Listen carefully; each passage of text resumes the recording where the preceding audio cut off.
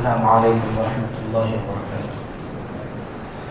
الحمد للہ کفا والسلام علی عبادہ الذین اصطفیٰ، اما بعد۔ حضرات، آج سورہ آل عمران کا اکثر حصہ تراویح میں پڑھا گیا۔ سورہ بقرہ کی تفسیر کا خلاصہ ذکر کیا گیا تھا۔ سورہ آل عمران کا نام سورہ آل عمران اس لیے ہے کہ اس میں حضرت مریم علیہ السلام کا تذکرہ ہے۔ ان کے والد کا نام عمران تھا، اور آل عمران کے معنی عمران کے آل و اولاد، ان کی نسل اور ان کے بچے۔ چونکہ حضرت مریم کا اس میں تذکرہ ہے، اس لیے آل عمران اس کا نام۔ اس سے ایک بات یہ بھی معلوم ہوتی ہے کہ یہودیوں اور عیسائیوں نے ہمیشہ قرآن سے، اسلام سے دشمنی رکھی، لیکن اسلام نے کبھی بھی تعصب سے کام نہیں لیا۔ جن شخصیتوں کو عیسائی حضرات، یہودی حضرات بڑا مانتے ہیں، مسلمان بھی ان قدیم شخصیات کو محترم مانتے ہیں، اور نہ صرف یہ کہ قرآن میں ان کا تذکرہ ہوا، ان کے سلسلے میں صحیح عقیدہ ذکر کیا گیا، بلکہ ان کے نام سے صورتیں ہیں، جیسے آل عمران ہے، سورہ مریم ہے۔ سورہ آل عمران میں 83 آیتیں تقریباً ایسی ہیں کہ جو اس وقت نازل ہوئی تھی جس وقت حضور صلی اللہ علیہ وسلم کے پاس یمن سے نجران کا وفد آیا تھا، ڈیلیگیشن آیا تھا عیسائیوں کا، کرسچنز کا، جس نے حضور صلی اللہ علیہ وسلم سے حضرت عیسیٰ علیہ السلام کے بارے میں اور صحیح دین کے بارے میں آپ صلی اللہ علیہ وسلم کے ساتھ انہوں نے ایک ڈیبیٹ کیا تھا، ایک مناقشہ کیا تھا، جس میں حضور اکرم صلی اللہ علیہ وسلم نے حضرت عیسیٰ علیہ السلام کی جو اصل حیثیت تھی وہ بتائی کہ وہ اللہ کے نبی ہیں، اس کے بندے ہیں، وہ رب نہیں ہے، وہ مالک نہیں ہے۔ اور اس کے باوجود بھی جب انہوں نے نہیں مانا تو یہ کہا گیا کہ تم سب بلا لو اپنے بچوں کو اور اپنی عورتوں کو، ہم بھی بلا لیتے ہیں اور مباہلہ کرتے ہیں۔ مباہلہ کے معنی یہ ہوتے ہیں کہ ہم سب اپنے اوپر لعنت بھیجیں گے، جو حق پر ہوگا وہ کامیاب ہو جائے گا، جو باطل پر ہوگا، غلط پر ہوگا، اللہ کی طرف سے اس پر عذاب آ جائے گا۔ لیکن اس کے لیے وہ پھر تیار نہیں ہوئے۔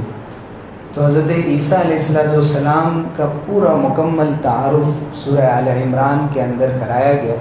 کہ وہ اللہ کے بندے تھے، اس کے رسول تھے، اور اللہ تعالیٰ نے ان کو بڑے معجزات سے نوازا تھا۔ ایک تو ان کی پیدائشی معجزہ تھی کہ صرف حضرت مریم کے بطن سے اللہ تعالیٰ نے ان کو پیدا کر دیا، اور اس کے ساتھ ساتھ یہ کہ ان کو معجزے دیے کہ وہ مردے کو زندہ کر سکتے تھے، وہ مٹی کے ایک کوئی چیز بنا کر اور اس کے اندر پھونک مار دیتے تھے تو وہ پرندہ بن جاتا تھا، لوگوں کے گھروں میں کیا چیزیں جمع کی گئی ہیں وہ بتا دیتے تھے۔ تو حضور اکرم صلی اللہ علیہ وسلم کو جیسے بہت سے میریکلز اور معجزے ملے، حضرت عیسیٰ علیہ السلام کو بھی خاص قسم کے معجزے اللہ تعالیٰ نے عطا فرمائے۔ لیکن سورہ آل عمران کے شروع میں یہ بتا دیا گیا کہ حضرت عیسیٰ کے بارے میں جو قرآن میں کلمۃ اللہ یا روح اللہ فرمایا گیا ہے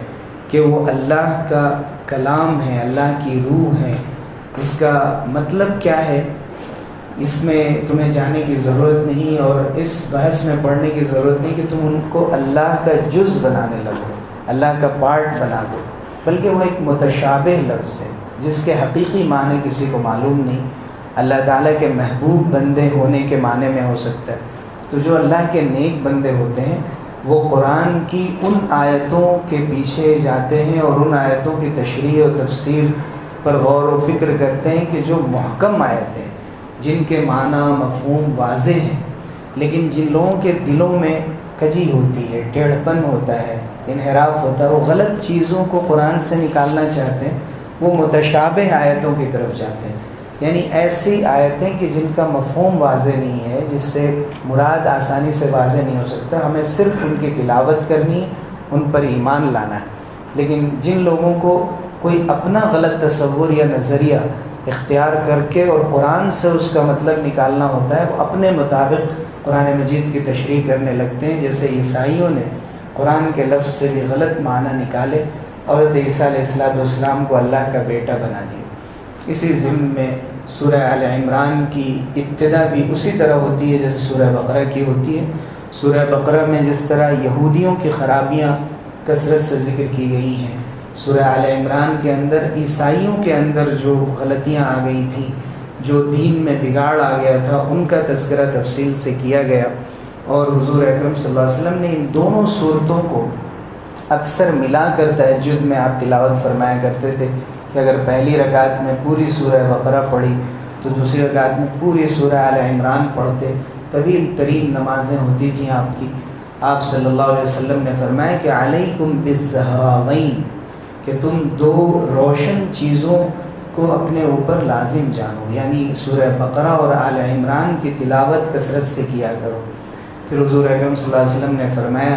کہ فَإِنَّهُمَا يَأْتِيَانِ يَوْمَ الْقِيَامَةِ كَأَنَّهُمَا غَمَامَتَانِ أَوْ غَيَايَتَانِ أَوْ فِرْقَانِ مِنْ طَيْرٍ يُحَاجَّانِ عَنْ أَصْحَابِهِمَا، کہ قیامت کے دن یہ دونوں صورتیں جو بہت ہی روشن صورتیں ہیں، زہرا کے معنی ہوتے ہیں جو بہت روشن اور واضح ہو، اپنی ہدایت کے اعتبار سے اور اپنی تفصیلات کے اعتبار سے زندگی میں کام آنے والی اکثر باتیں سورہ بقرہ اور آل عمران کے اندر ذکر کر دی گئی۔ تو حضور نے فرمایا ان دونوں روشن صورتوں کی تلاوت کیا کرو، کیونکہ قیامت کے دن جو لوگ اس کی تلاوت کرتے ہیں یہ دونوں صورتیں بادلوں کی شکل میں یا پرندوں کے جھنڈ کی شکل میں آس پاس سے ان کو گھیر لیں گی،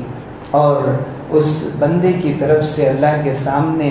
حجت پیش کریں گی اور اس کی سفارش کریں گی اللہ کے سامنے۔ تو اس اعتبار سے سورہ آل عمران کی فضیلت بہت بڑھ جاتی ہے۔ حضرت آدم علیہ السلام کی پیدائش کا ذکر جیسے بقرہ میں آیا، یہاں حضرت عیسیٰ علیہ السلام کی پیدائش کا ذکر آیا، اور دونوں میں اللہ کی قدرت ظاہر ہوتی ہے کہ ان کو بغیر ماں باپ کے پیدا کیا، ان کو بغیر باپ کے اللہ تعالیٰ نے حضرت عیسیٰ علیہ السلام کو پیدا کیا۔ اسی ضمن میں حضرت مریم کا بھی ذکر آیا، جن کی والدہ حنہ بنت فاقوزہ تھیں، والد ان کے حضرت عمران تھے، اور اللہ نے اس خاتون کو عجیب کرامتوں سے نوازا تھا کہ بغیر موسم کے پھل ان کے پاس ہوتے تھے۔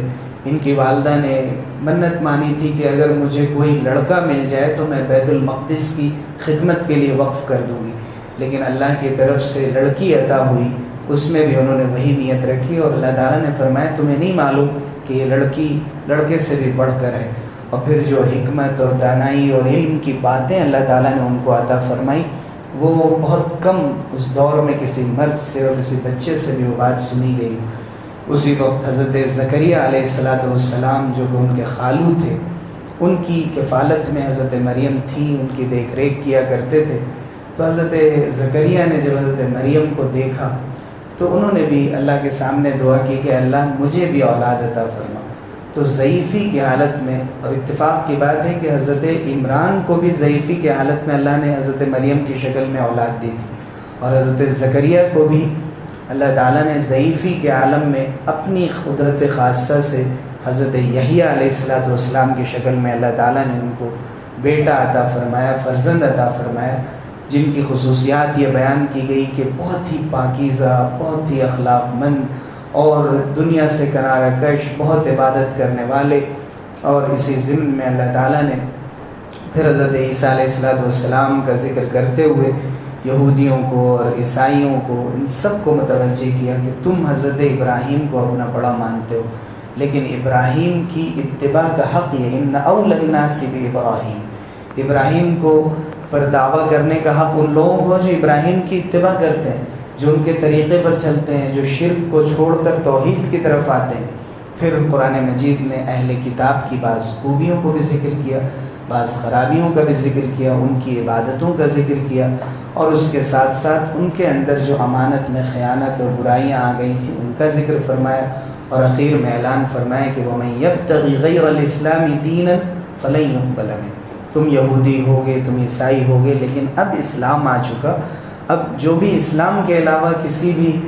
دین کو اپنا دین اور مذہب سمجھے گا، اللہ کے نزدیک ہرگز اس کو قبول نہیں کیا جائے گا، اور آخرت میں وہ گھاٹا اٹھانے والے میں ہوگا۔ پھر اللہ تعالیٰ نے مسلمانوں کی عظمت اور ان کی بلندی اور ان کے منصب کو ذکر کیا کہ تم سب سے بہترین امت ہو، تمہارا کام یہ ہے کہ نیکیوں کا حکم دو اور برائیوں سے روکو، اور اللہ پر اپنے ایمان کو مضبوط کرو۔ تم میں کم سے کم ایک جماعت ایسی ضرور ہونی چاہیے جو لوگوں کے خیر کی دعوت دے اور برائیوں سے روکے۔ فرمایا گیا کہ اللہ کی رسی کو مضبوطی سے پکڑ لو، قرآن کو، اور اللہ سے اس طرح ڈرو جیسے ڈرنے کا حق ہے، اور زندہ رہو تو مسلمان بن کر، اور اس دنیا سے جاؤ تو مسلمان بن کر۔ یہ وہ آیتیں ہیں جو نکاح کے موقع سے بھی پڑھی جاتی ہیں اور بار بار یاد دلائی جاتی ہیں کہ مسلمان اپنی حیثیت اور اپنی شان و شوکت کو سمجھے۔ پھر اسی ضمن میں مرکز کو ذکر کیا گیا کہ مسلمانوں کا مرکز، ان کا قبلہ خانہ کعبہ ہے، جو اس روئے زمین پر سب سے پہلا گھر اللہ کی عبادت کے لیے تعمیر کیا گیا۔ اس میں واضح نشانیاں اللہ نے رکھی، مقام ابراہیم ہے، حجر اسود ہے، زمزم ہے، حتیم ہے، بعض کا ذکر بھی فرمایا گیا۔ اسی ضمن میں اللہ تعالیٰ نے پھر غزوہ بدر کا ذکر فرمایا کہ اللہ نے بدر میں تمہاری مدد فرمائی، بہت تھوڑی تعداد میں تھی، تو وہ اللہ جو قادر تھا بدر میں مدد کرنے پر، اور اللہ نے تمہیں تھوڑی سی تعداد کے ہونے کے باوجود فتح عطا فرمائی۔ تم غور کرو کہ جب 1 سال کے بعد احد میں تمہیں شکست ملی، جب بدر کے مقابلے میں دیکھا جائے تو تمہاری تعداد بڑھ چکی تھی، تم تقریباً 700-1000 کے قریب ہو گئے تھے، لیکن اس کے باوجود جو تمہیں شکست ہوئی احد میں سن 3 ہجری میں، اس کی وجہ کیا تھی؟ اللہ تعالیٰ نے بار بار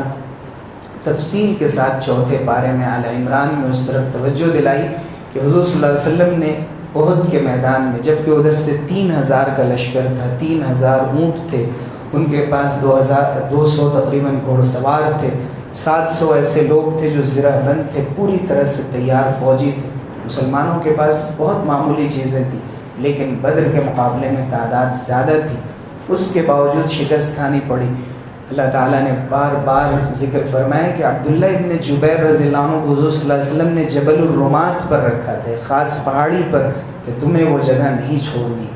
انہوں نے وہ جگہ چھوڑ دی، ان سے غلطی ہوئی، اس کی وجہ سے جنگ کا پانسا پلٹ گیا۔ حضرت خالد جو اس وقت ایمان نہیں لائے تھے، انہوں نے پلٹ کر حملہ کر دیا۔ قرآن نے توجہ دلائی کہ وَلَا تَهِنُوا وَلَا تَحْزَنُوا وَأَنْتُمُ الْأَعْلَوْنَ إِن كُنتُم مُؤْمِنِينَ۔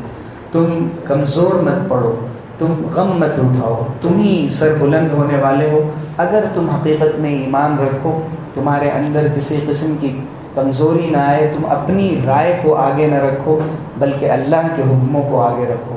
اسی سورہ کے اندر حج کی فرضیت کا ذکر آیا، جہاد کی فرضیت کی طرف بھی اشارہ کیا گیا۔ احد کے سلسلے میں اللہ تعالیٰ نے تفصیل سے ذکر کرنے کے بعد منافقین کا جو کردار تھا، جو غلطیاں تھیں، ان کا ذکر فرمایا۔ پھر احد کے فوراً بعد ایک غزوہ حمراء الاسد ہوئی تھی، جب وہاں سے لوگ نکلے مدینے سے قریش، تو انہوں نے پھر سے تیاری کر کے حملہ کرنا چاہا تھا۔ قرآن نے ان صحابہ کی تعریف کی، الذین استجابوا للہ والرسول من بعد ما اصابهم القرح،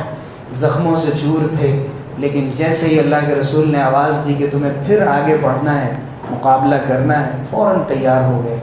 اور قرآن نے ان کا نقل کیا کہ ان کا کردار کیا تھا۔ انہوں نے کہا حسبنا اللہ ونعم الوکیل، اللہ ہمارے لیے کافی ہے، بہترین کارساز ہے۔ اللہ نے ان کی لاج رکھ لی۔ فانقلبوا بنعمت من اللہ، اللہ کے فضل سے فوراً ان کی حالت اور کیفیت بدل گئی۔ اس لیے حسبنا اللہ ونعم الوکیل کو بہت ہی کارگر نسخہ بتایا گیا ہے، بہترین وظیفہ اور قرآن کی آیت کا حصہ بتایا گیا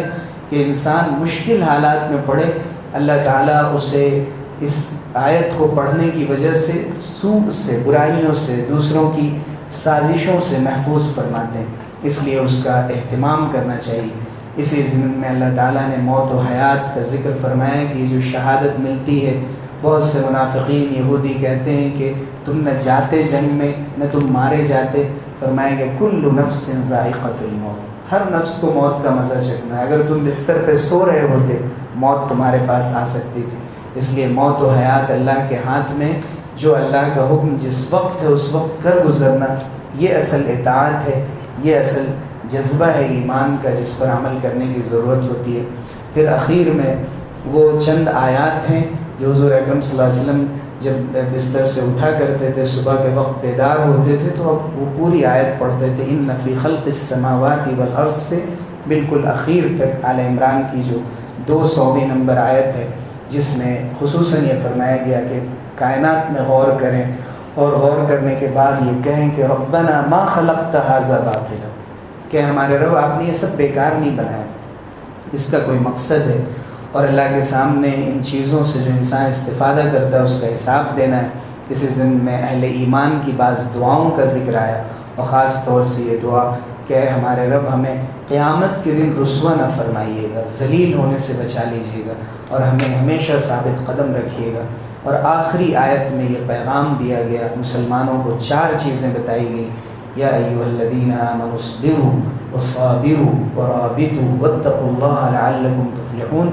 کہ ایمان والو صبر کرو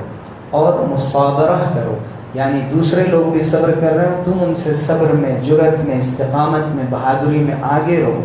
ورابطوا، اور دشمنوں سے مقابلے کے لیے اپنی تیاری بھی رکھو، غافل مت رہو، سوتے مت رہو، غافل ہو کر میدان چھوڑ مت دو، بلکہ دنیا تمہارے لیے بنائی گئی ہے، تمہیں اس دنیا کو آگے لے جانا ہے، لوگوں کی رہنمائی کرنی ہے، غلطیوں کی اصلاح کرنی ہے، اور اگر تمہارے اوپر کوئی حملہ ہو، تمہارے ساتھ کوئی مذاق ہو، تم ہاتھ باندھ کر مت بیٹھ جاؤ، اپنی تیاریاں رکھو، اور ہر حال میں اللہ سے ڈرتے رہو تاکہ تم کامیاب ہو۔ اللہ تعالی ہمیں ان آیات پر عمل کی توفیق سے نوازے، آمین، وآخر دعوانا الحمدللہ۔